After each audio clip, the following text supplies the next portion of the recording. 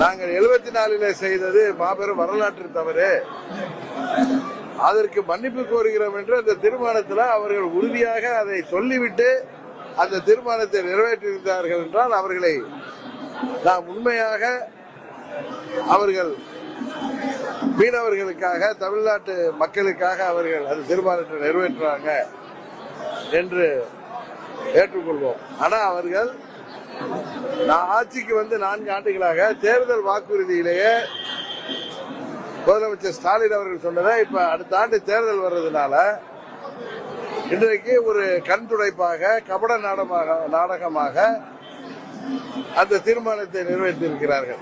இதுல காங்கிரஸ்காரர் உடந்தை. ஏன்னா இது இந்திரா காந்தி அம்மா ஆட்சியில் இருந்தப்ப கச்சத்தீவை இலங்கைக்கு தாரை வார்த்த அந்த மாபெரும் தவறை செய்த பொழுது அன்றைக்கு ஆட்சி பொறுப்பில் இருந்த கருணாநிதி அவர்கள் அவர் மீது வழக்குகள் வந்துவிடக் கூடாது என்பதற்காக பயந்து கொண்டு அன்றைக்கு கண்மூடி வாய் பொத்தி இருந்ததுனாலதான் கச்சத்தீவை நாம் இழந்தோம்.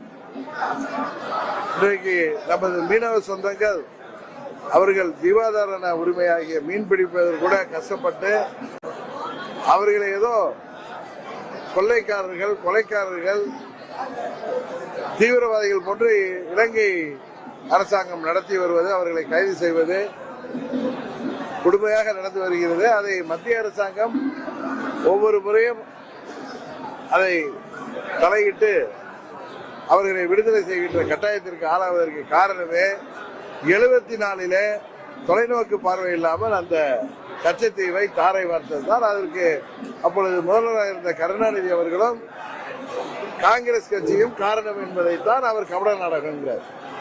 இன்றைக்கு தேர்தல் வருதுங்கிறதுக்காக இவர் மத்திய அரசாங்கத்திற்கு ஒரு கண் துடைப்பாக இதை செய்திருக்காங்க. இது எல்லாருக்கும் தெரியும், அது மீனவ சமுதாய மக்களுக்கு தெரியும்.